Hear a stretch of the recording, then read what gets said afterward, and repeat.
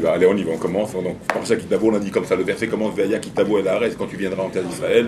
Asher Hashem Elokecha.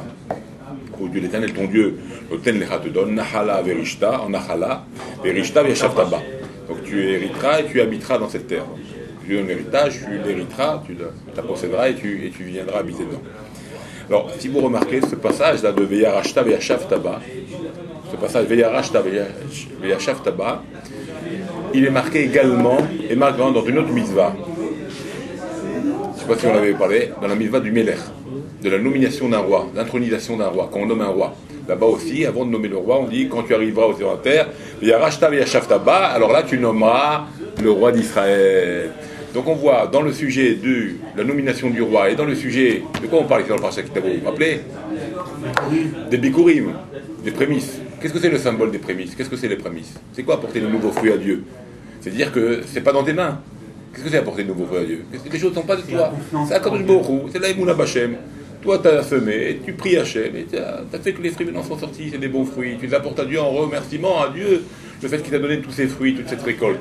Donc c'est ça les prémices, c'est un symbole pour dire, c'est Dieu qui m'a donné. Et c'est pas mes mains à moi, c'est pas ma force à moi, c'est Hachem qui m'a donné tout ça.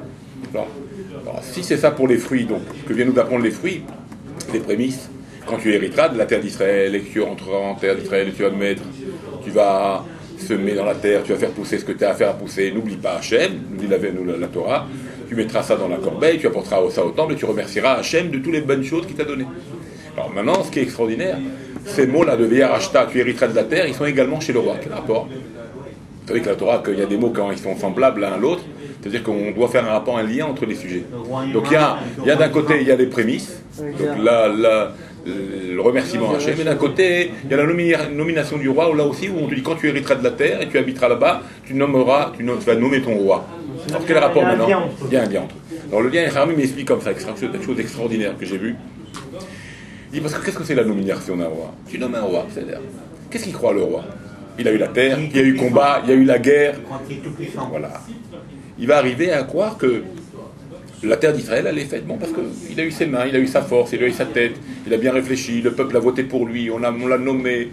Et il peut arriver il devient fou, il croit, à croire que tout est Hachem, voilà, à croire que c'est lui. Il oublie Hachem quelque part. Alors on rappelle ça maintenant dans la mitzvah des prémices, le Veyarashta, quand tu hériteras de la terre, que là les prémices, tu n'oublies pas que c'est Dieu, parce que tu sais, là, tu vois que c'est Dieu qui t'a donné tout ça.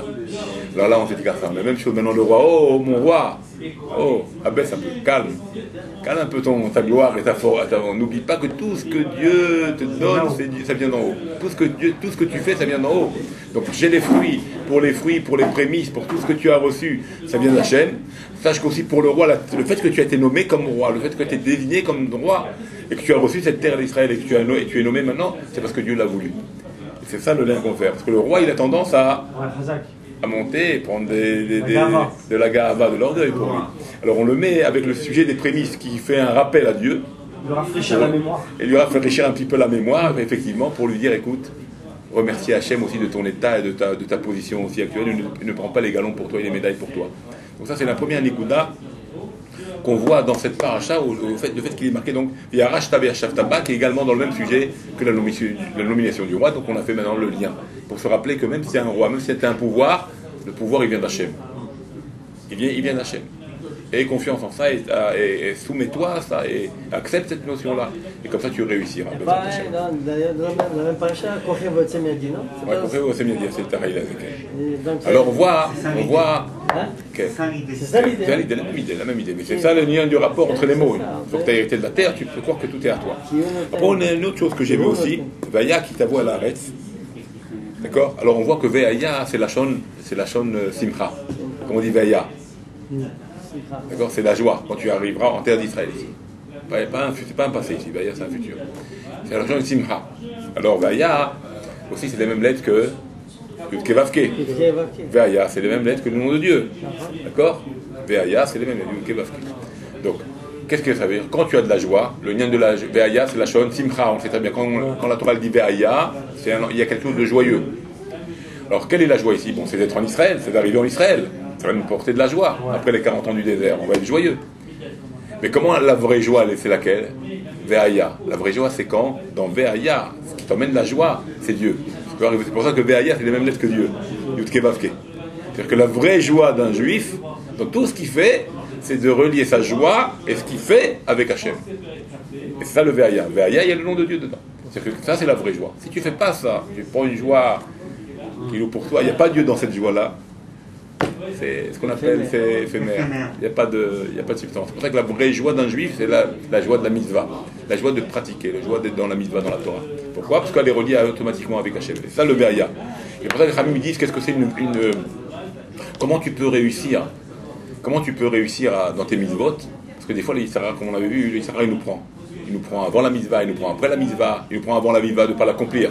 Et même quand on va l'accomplir, il va nous prendre après pour nous dire mais t'es orgueilleux, il va nous faire croire qu'on plein de choses comme ça, se prendre des médailles pour nous-mêmes toujours. D'accord? Donc le Satan, comme on dit, donc on voit dans les deux côtés, il nous attaque. D'accord? Alors qu'est-ce que c'est la vraie joie? C'est pour ça qu'il faut unir toutes nos mitzvot, toutes nos actions avant et après à Akadosh Baruch Hu. C'est ça le Ve'aya. Ça c'est la vraie simcha. Et qu'est-ce qui t'emmène à unir dans tes mitzvot Dieu? C'est la joie. C'est-à-dire un dépend de l'autre.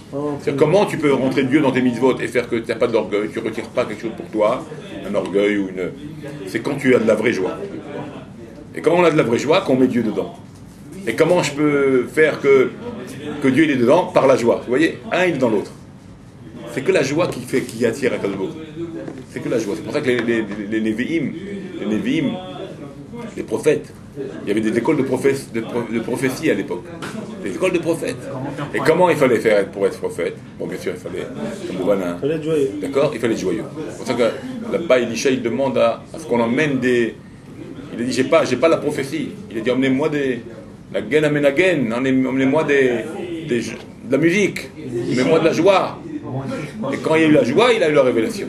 Ça veut dire que d'un côté, la joie, la simha, t'emmène la Kadosh Baruch Hu. C'est pour ça que Ve'aya, dans Ve'aya, qui est le symbole de la joie, il y a Dieu dedans. La joie l'emmène Dieu. D'accord? Et s'il n'y a pas Dieu non plus, il n'y a pas la vraie joie. Vous voyez? Un dépend de l'autre. Alors c'est ça ici. Maintenant, Ve'aya qui t'avoue quand tu viendras en terre d'Israël, on dit qu'il y a trois choses, comme ça nous dit la Gemara, il y a trois choses où, chez Niklim, je les ai marquées d'ailleurs, Shoshat Barim, Niklim, Beisurim. Trois choses sont, on les acquiert, par des épreuves. Quelles sont les trois choses? Eretz Israël, qu'on voit ici, Ve'aya qui t'avoue à l'Eretz Israël. Comment je vais acquérir ces choses-là? C'est par épreuve que je vais faire. Comment je vais faire? Comment je vais avoir Israël? La Gemara dit c'est que par l'épreuve que tu vas obtenir Israël. Deuxième chose, Chaye Olam Haba, la vie au monde futur. Troisième chose, Torah, la Torah. La Torah, la vie au monde futur. Et l'état d'Israël, ça s'acquiert par épreuve. La terre d'Israël, d'où on apprend, la Khamim nous dit, parce qu'on a galéré pendant les 40 ans du désert, donc on a la souffrance, avant de rentrer en Israël, on a passé 40 ans de souffrance. 40 ans de difficulté, d'accord? Donc 40 ans de difficulté. La Torah, donc c'est marqué Adam qui a moud Baoel, un homme devra mourir dans la tente. Dans laquelle tente on parle? La tente de la Torah. Donc on voit la souffrance de l'homme pour avoir la Torah, d'accord? Et Chaye Olam Haba, on dit que c'est Chaye Olam Haba, on dit que c'est, il y a marqué comme ça, il y a un passouk, je l'ai noté d'ailleurs, Rak Ishamer Lecha, comme ça dit le passouk, Rak Ishamer Lecha, Ushmor Nafshecha Meod. Rak Ishamer Lecha, qu'est-ce que ça veut dire? Rak Ishamer Lecha. Rak Ishamer Lecha. Rak, qu'est-ce que ça veut dire Rak? Rak, seulement. C'est une notion de qu'un que, voilà, rien que. Rak Ishamer Lecha. Donc la notion de Rak Ishamer Lecha, qui c'est Lecha? C'est ton corps. Donc, un petit peu pour ton corps. Rak, c'est un sujet de... rien que ça. Donc c'est le minimum, rien que ça. Ça minimise Rak, oui. D'accord, qu'on dit Rak en hébreu, ça minimise. Donc Rak que ça. Donc Rak, Ishamer Lecha. Donc Lecha c'est qui? C'est ton corps. Rak Ishamer, un peu pour ton corps tu donnes, pour vivre. D'accord? Ushmor Nafshecha Meod. Et garde ton âme beaucoup. C'est quoi le symbole de l'âme? C'est le côté futuriste. Le côté du Olam Haba. L'âme, c'est quoi? C'est pas le corps. Donc à ton corps, donne un petit peu. Et à ton âme, donne beaucoup. De là on apprend que c'est pas... Et ça, c'est facile à faire ça. C'est facile à faire ça. Ah, le monde il t'attire. Il veut pas Rak, il veut Arbel, Shmor Lecha. Beaucoup pour ton corps, et un petit peu pour l'âme. Mais le passouk il dit pas comme ça. Le passouk il dit Rak, Lecha, Shemor. Comment on voit que pour ton... c'est le corps? Non, Lecha c'est toi. Kilou lecha, et après le fait que la Torah dit Rak ishamer lecha, et après c'est une redondance. Ou shmor nafshecha, si c'est le corps, tout le corps. Pas ou shmor nafshecha meod. Là on parle. Donc le lecha il va sur ton corps, ton côté physique, ton côté du olam hazeh, et le nafshecha il va sur ton olam haba. Comme ça on comprend le passo. Donc un petit peu pour ton corps et beaucoup pour ton âme. Mais est-ce que c'est réalisable? Ça c'est très très dur. D'accord, donc ça veut dire que c'est très très dur. Donc ça revient à dire que la vie au monde futur elle est dure à avoir. Parce que le corps il demande beaucoup. Et donc tu vas passer du temps à ton corps. Et ton âme tu vas l'oublier. Et le olam haba c'est pas sûr de l'avoir. Donc on demande beaucoup d'efforts. Donc c'est pour ça qu'on voit que les trois choses qui sont difficiles à acquérir, c'est par des épreuves, c'est dur à les avoir. Ça fait beaucoup de souffrance pour avoir ton olam haba, à donner beaucoup à ton âme. D'accord? Donc on voit, Éternel Israël, on a expliqué, c'est les 40 ans du désert. La Torah, c'est le fait de mourir dans l'attente, le fait de se donner à l'étude, c'est très difficile. Et la troisième, c'est le fait de donner plus à ton âme qu'à ton corps, qui c'est aussi très difficile. Alors maintenant, la réponse à ça, comment faire ce qu'il a dit David Ameller? Maintenant, on va comprendre, regardez ça maintenant. Qu'est-ce qu'il a dit David Ameller dans le Teilim qu'on dit tous les jours aujourd'hui? Qu'est-ce qu'on dit hein? Pendant la période là. Ça revient, hein? Ahad Shalti Met Hashem. Ota Vakesh. D'accord? Shifti Met Hashem, Goïm Hayai. D'accord? Vous connaissez ce passage? D'accord? David Ori, bravo. Alors regardez, on va l'analyser. Ahad Shalti. Une seule chose, demande Dieu, je t'en supplie, une seule chose. Fais-moi là. Ahad Shalti Met Hashem. D'accord? Ahad. Une seule chose. Ahad, je le marque. Ahad. D'accord? Ahad, pardon. Pas Ahad, Ahad. Ahad. Rachetez votre. Regardez. Eretz Israël, Chaye Olam Haba et Torah. Une seule chose. Mais pourquoi je te demande ces choses-là? Parce que ces choses-là sont difficiles à avoir. Je ne peux pas les avoir. C'est une chose, mais trois dedans. Oui, il y a les trois dedans. Chalti, une seule chose demande. C'est les trois difficultés pour un homme à les avoir. C'est Eretz Israël, Chet, Chaye Olam Haba. D'accord? Et Tav, c'est Torah. Mais attends, on continue. Regardez le pasuk. Et ça, c'est l'allusion, regardez. Chalti met Hashem. Ota Avakesh. C'est quoi Ota Avakesh? Terre d'Israël. Ota, je la demande à Terre d'Israël. Vaya qui t'avoir. D'accord? Shifti met Hashem Kolim Hayai. Shifti met Kolim Hayai. Après, comment il dit le pasuk?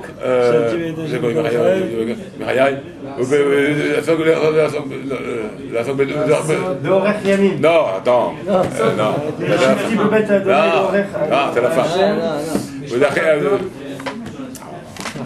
Regarde le pasuk, s'il te plaît. À la fin. Hein? Avant, il y a. Avant.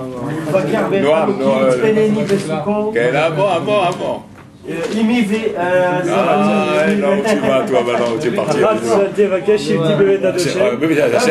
Quand les Mechayai, attends, oui, on a dit ça. Après, continue. Mechazot Benoam Hashem. Benoam. Daché Noam. Donc ça, c'est la Torah. Donc Noam, ça allusionne à la Torah, comme il dit Pasuk. D'accord? Comment tu dis? Comment tu as dit? Comment on a dit? Les Chazot Benoam. Les Chazot Benoam Hashem. Les Chazot Benoam Hashem. C'est quoi les Chazot? De voir dans le Noam d'Hashem, dans la beauté d'Hashem. C'est quoi la beauté d'Hashem? C'est sa Torah. Pourquoi? Parce que la Torah s'appelle Noam. Daché Noam. Bechol Tibotea Shalom. Donc le Noam, ça allusionne à la Torah. Donc dans le pasuk de Teilim, qui demande une seule chose est demandée, de quoi il allusionne? C'est ces trois choses-là. Dans le pasuk même, c'est marqué. Extraordinaire. Berachetevot, ça allusionne de ces trois choses-là, qui sont à la fois mentionnées dans le pasuk même de David Ameller. Ota Vakesh, ça c'est la terre d'Israël tout au début. D'accord? Ensuite, les Chazot Benoam Hashem, ça c'est la Torah. Ou les Vaker Mechalo, Chaye Olam Haba. T'as compris? Dans le même pasuk, il y a l'allusion de ces trois choses-là qui sont allusionnées à la fois par le mot Ahad. T'as vu ça un peu? Extraordinaire. Vous avez compris? Extraordinaire. Alors ça, comme ça dit, alors maintenant, comment arriver à faire que ces trois choses-là, je les ai plus par Issourim. J'ai plus d'Issourim pour ça. Je peux plus avoir, j'ai pas de c'est ce qu'il a demandé. Comme ça, c'est Ve'aya. Là, le lien de Ve'aya. C'est Ve'aya, deux choses. Simcha et Lishma. C'est ça le lien de Ve'aya. C'est Yud Kevavke Ve'aya. C'est Lishma. Quand tu fais les choses Lishma pour Dieu, alors là, et la Simcha est pour Dieu, alors là, tu reçois ces trois choses-là sans aucun Issourim, sans aucune épreuve, sans aucune difficulté. Tu les as, ces mitzvot, là, ils sont pour toi. Et c'est ce que dit David. On pourrait croire que David il avait la simcha. Sûr. Malgré tous les souris qu'il avait là. Et alors, comment David, il y a que lui qui avait, avec tout ce qu'il a eu, toujours il a gardé. Toujours donc il a eu cette chose. Il a eu, c'est comment? Ça, ce que nous dit ici le verset. Maintenant, il y a une. Comme on dit, c'est quoi le lien de Simcha et l'Ishma? Il faut faire dans la joie avec pour Dieu. Alors on avait expliqué c'est quoi l'Ishma. Le Chafetz Chaim il explique dans son livre. Il dit l'Ishma, il y a marqué, il y a un passage qui dit que le Chesed d'Hashem, que le Chazdeha, Chazdeha ad Hashamayim. Il y a un passage qui dit Chazdeha ad Hashamayim. Et il y a un passage qui dit Chazdeha me'al Hashamayim. Stira. D'accord? Il y a un passage qui dit Chazdeha, ta bonté, elle est jusqu'au ciel. Et ta bonté, et un autre passage qui dit Chazdeha me'al Hashamayim, au-dessus du ciel. Alors il raconte une histoire extraordinaire. C'est ça la réponse. La bonté jusqu'au ciel, c'est de l'ishma. Ouais, c'est-à-dire quand tu fais pas l'ishma, quand tu fais pas pour Dieu, alors ils vont rester jusqu'au ciel. Voilà. Ils vont pas dépasser. Mais quand tu fais pour Hachem, des choses pour Hachem, mais Hachem, ils vont aller avec toi au-dessus du ciel. Donc ça se revient à ce qu'on a dit tout à l'heure. Me'od, Ushma nafshecha me'od, fais des mitzvot l'ishma. Pour ça qu'il dit Ve'aya, c'est à la fois la simcha, mais c'est avoir le nom de Dieu. Donc fais la simcha, mais pour Dieu. Si tu fais pour Dieu, c'est ces mitzvot-là qui vont t'accompagner au-dessus du ciel, qui vont monter avec toi à l'infini, et pas qui vont rester en bas du ciel. Et il raconte une histoire extraordinaire qui m'a beaucoup touché. Il raconte une histoire, ça s'appelle Sraïm. Il y avait un jour un père, il vivait en route Saharet, une grande famille. Il avait 10 enfants, belle famille, riche, des gens bien. Et il a dit, maintenant allez, ça y est, on arrête. Il a vendu l'affaire, il a tout vendu, parce qu'une belle bourse d'argent. Il dit, on part en Israël. On monte en Israël, va y a qui t'avoue à la Haaretz. Et on monte, ça y est, on part. Tout le monde est content, la joie. Il arrive devant le bateau, prêt pour le départ. Ils montent sur le bateau, ils sont sur le bateau. Et il y a le médecin du bateau qui regarde les enfants, qui regarde la famille. Il dit, vous allez où? Il dit, on part, ça y est, on a pris nos billets. Il dit, moi je suis le médecin des bateaux, des mers. Je dois contrôler les familles. Et je vois qu'il y a la moitié de vos enfants qui ne peuvent pas venir avec vous. Pas venir avec vous. Non, pas venir. C'est l'enfant, c'est mon enfant. Et je suis vieux, moi, je peux pas. Il faut que j'aille en Israël, je vais venir mes jours là-bas. Excusez, si vos enfants sont là, ils montent, ils partent, c'est bon, ils meurent, ils ne peuvent pas tenir le bateau. Et le désir de monter, il est là, il est obligatoire. Et l'autre côté, les enfants, une partie des enfants qui restent de l'autre côté du bord, qui est sur le port, sur le quai du bateau. Alors imaginez maintenant la souffrance, maintenant les enfants ils savent qu'ils ne vont plus voir leur père parce qu'il est vieux, il va partir. Et le père il ne va plus voir ses enfants parce qu'il ne va plus revenir. Imaginez c'est la même chose. C'est la même chose. Dans notre vie on fait plein de mitzvot. Mais il y a des mitzvot qui sont fragiles. Il y a des mitzvot qui sont très fortes. Ceux-là ils pourront passer la mer, les vents et les mers. Ceux-là ils pourront pas passer. Ça veut dire quoi? Il y a des mitzvot qui sont l'ishma. Ça c'est les fortes. Les mitzvot qui ne sont pas l'ishma, ça c'est les faibles. Et là ça revient maintenant à dire avec le passouk. Jusqu'au ciel, c'est les lolishma, ce que tu n'as pas fait pour Dieu. Ce que tu as fait pour te faire montrer, pour chauffonner un est, comme on dit, se faire repérer, faire pour la gava, faire, tu vois, pour l'argent. Tu comprends? Alors ceux-là, ils vont être séparés, ils sont faibles. Mais ceux-là qui sont l'ishma, ils vont être dessus. Il y a un pour toi, mais genre pour Abba. Bien sûr, quand on parle de ça, il y a des niveaux de l'ishma, il y a des niveaux de non-l'ishma aussi. Il y a des niveaux. On dit même par exemple.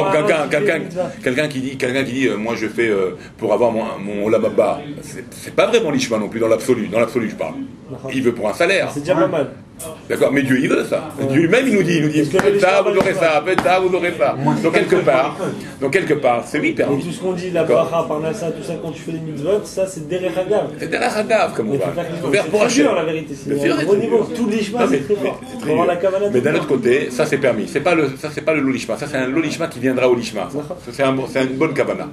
C'est pour le salaire de Dieu. Mais il y a des lolishma qui ne sont pas bons et qu'il ne faut jamais faire, comme l'orgueil, comme comme. un peu, je pense. Bah, non, mais il Il peut- aime, un bon Khazan par exemple, il aime, il vient, il fait, Voilà, il fait que- veut Et il peut avoir, voilà, il peut avoir aussi pour l'orgue, il peut avoir aussi pour mécanter, accusé. Maintenant que j'ai beaucoup de Torah, j'écrase tout le monde par mon savoir.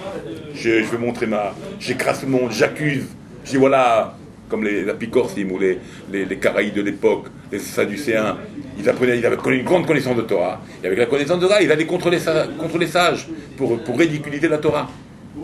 Tu comprends? Ils apprenaient de la Torah pour la contrer. Alors ça s'appelle mécanter. Avec ça, ils accusent. C'est comme par exemple des journalistes, des fois qui viennent, ils font tout ici, soi-disant, hop, pour après nous dénoncer, pour dire on a fait ça, on a fait ça, on a fait C'est ça. propagande, ça. C'est comme une sorte de plus que c'est ce qu'on appelle une sorte de... Il y a un rapport, quoi, de soi-disant, et tu écrases, un peu comme les Méraglim. On va pour la terre d'Israël, on va et on ramène un dossier noir, tu vois. Comment? Mais je choisi la terre pour vous, vous m'emmenez un dossier noir. On pourra pas gagner, on pourra pas. T'as rien demandé, on t'a pas demandé de faire on t'a demandé de dire ce qu'il y a, on t'a pas demandé de rajouter des détails, de rajouter ton avis. Et c'est ça le problème. Alors ça, il lui dit, Sivaya qui tabola. Donc quand c'est l'Ishma, ça monte au-dessus du ciel, donc ça va au-dessus et ça monte et ça passe avec nous. Et ceux qui sont fragiles, ceux qui sont en bas, donc ceux-là, ils restent. C'est pour ça qu'il faut faire les choses pour Hachem. Et comment on fait les choses pour Hachem? Comme j'ai dit, avec la Simcha et les Shem Shamaïm. Et c'est ça pour ça qu'on dit l'Ishma. C'est quoi l'Ishma? C'est les Shemma. Comme on avait expliqué au cours dernier, rappelez-vous. Comment on fait arriver au l'Ishma? C'est quand c'est les Shemma. C'est quoi les Shemma? Quand on arrive au Nyan de Ma. Ma, c'est le Nyan de Bitoul. Ma. Donc quand un homme il est à Nav, quand un homme il est tel tasmo, il s'annule. Alors là, il peut arriver à de la Simcha et faire les Shem Shamaim, les choses, et le faire pour Dieu. Mais si un homme il n'est pas un Nav, c'est tout, c'est pour lui, c'est pour son kavod. Jamais il y a du Lishma dedans. Et là, c'est un problème. S'il y a de l'orgueil, ça ne peut pas aller trop loin. C'est pour ça que d'abord, les nians de Lishma, il faut arriver à enlever son mât. Il faut arriver à cette notion de mât. C'est pour ça que tu les vois, tous les grands tzadikim, les grands haramim, plus ils ont des connaissances, plus ils sont un Nav. Tu remarques, plus ils ont des connaissances de génie, et plus tu les vois, ils sont... Tu peux leur dire ça, tu peux leur dire ça. Pour vous dire là, en avant. Parce qu'ils ont compris qu'ils sont loin encore de Dieu, ils sont loin de tout ça, c'est très très loin pour eux, donc ils n'ont rien quelque part rien à dire. D'accord? Alors maintenant, ce qu'il y a aussi, j'ai vu encore autre chose. D'accord? Ce que j'ai vu aussi, le Haïm Akadosh. Le Haïm Akadosh, il explique quelque chose ici. Il explique que, vous voyez, qu'est-ce que c'est Vaya qui t'avoue à la Haaretz? Il dit, c'est pas la terre matérielle qu'on vient ici. Vaya qui t'avoue à la Haaretz, c'est la terre à Eliona. C'est l'Olam Abba. C'est ça, Vaya qui t'avoue à la Haaretz, on parle du monde futur, de la terre d'en haut. Et Eretz à Eliona, il dit. Okay. Comme c'est marqué, Vatisrak le Yom Aharon. Tu te réjouiras le dernier jour de ta vie. Comment tu imites Tisrak? Qu'est-ce que ça veut dire, Vaya qui t'avoue à la Haaretz? Tu vas te réjouir quand tu viendras sur la terre. Alors bien sûr, là, c'est la terre d'Israël. Mais dans le côté du Sod, dans le côté du Remez, Vaya qui t'avoue la Haaretz, c'est la terre d'en haut. Alors pourquoi Vaya, tu vas mourir? Le type, il est Vaya, il a son Simcha. Non, Vaya, comme c'est marqué, Vatisrak le Yom Aharon. Le jour de son départ, elle rigole. La Neshama, elle est contente, elle retourne à sa place, elle est heureuse. C'est ça le Vaya qui t'avoue la Haaretz. Quand tu arriveras en haut dans la terre à Eliona, comme ça il dit le Haïm Kadosh. Pourquoi est-ce que tu as fait ton boulot dans ce Olam Hazé? Alors tu as de la joie d'arriver dans les rétats, bien sûr, comme on vient de dire. D'accord? Après, il dit, alors avec qu'est-ce qu'il faut venir? Avec quoi il faut venir? Si tu continues le passage, qu'est-ce qu'il dit il faut venir? Avec quoi tu viens? C'était les prémices. La carte Amereshit Kol Pri Adama, tu prendras des premiers fruits. D'accord? Asher Tavi Mertzecha.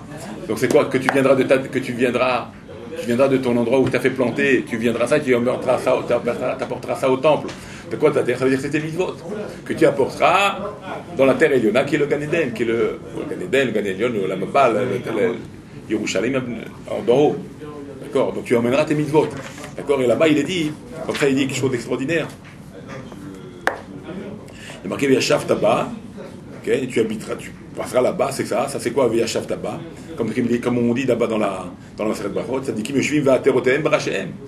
C'est quoi V'yashav Taba? Là-bas, on voit les tzadikim Yoshvim, ils sont assis. Va'aterotehem Barashem. Et leurs couronnes, ils sont couronnés. Donc ils sont, c'est quoi V'yashav Taba? Tu habiteras là-bas, tu seras avec la table des tzadikim. Okay? Comme c'est marqué là-bas qu'ils sont assis et ils sont couronnés là-bas. D'accord? Ensuite, il y a marqué, mais la carte a mis prix à arrêt. C'est quoi mis prix à arrêt?